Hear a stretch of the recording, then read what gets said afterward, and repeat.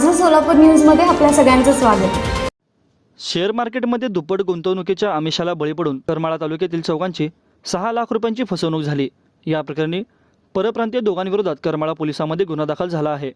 काही दिवसांपूर्वी याच टोळीने कमलाई कारखान्याची 25 लाखांची फसवणूक केली होती, अशी माहिती करमाळा पोलिसांनी दिली असून करमाळा तालुक्यातील मांगी सोसायटीच्या सुजित सबांगी बागल, राहणार मांगी, समाधान भोगे, राहणार अर्जुननगर, गणेश सरडे, राहणार करंजे व सागर शिंदे, राहणार जातेगाव यांची प्रत्येकी 1.5 लाख रुपयांची फसवणूक झाली आहे।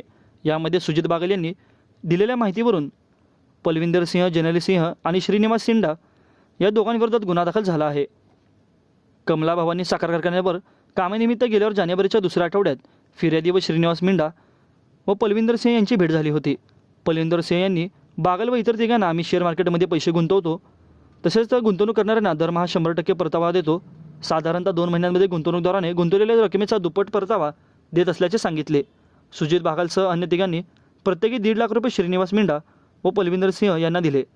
त्यावर मिंडा यांनी त्यांच्या नावाचा असलेला 12 लाख रुपयांचा स्टेट बँक ऑफ इंडियाचा शाखा तसेच वारासीगुडा हा मार्च 15 रोजी नोंदवलेला चेक हमी म्हणून बागल यांना दिला।